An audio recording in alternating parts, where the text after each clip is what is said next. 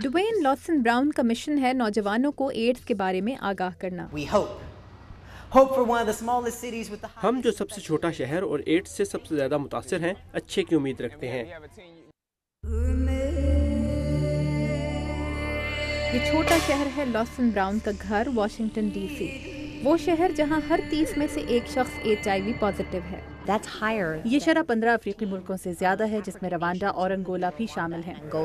Metro tin ads नामी तंजीम के रज़ाकार HIV का फैलाव रोकने के लिए मालूमात आम कर रहे हैं।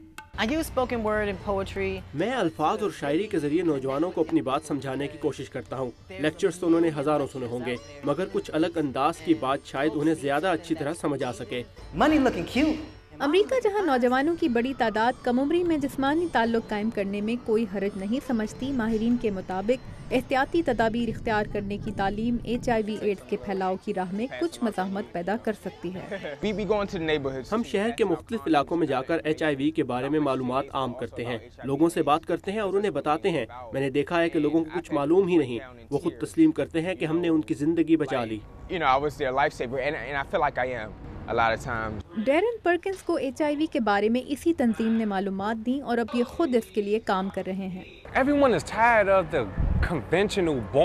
ये तो जाहिरी सी बात है कि कोई भी पुराने बोरिंग तरीके से आपकी बात नहीं सुनेगा। अगर मैं ये कहूँ कि मैं डेरन हूँ, मैं आपसे HIV एड्स के बारे में बात करना चाहता हूँ, तो ये वही पुराने अंदाज की बात होगी। लेकिन अगर आप थोड़ी सी शायरी, थोड़े से तख्लीकी अंदाज से अपनी बात को दिलचस्प बनाकर पेश करेंगे, तो सब आपकी बात सुनना चाहेंगे।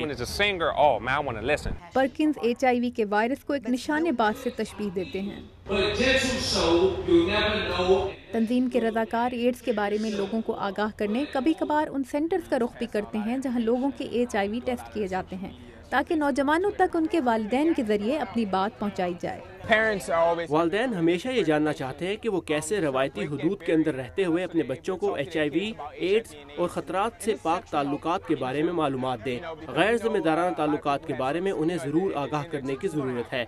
वही आगाही जिसके होने से HIV का फैलाव रोकना मुमकिन है। Don't you think the visuals a little bit sketchy? Everybody's looking for something. I'm looking for answers.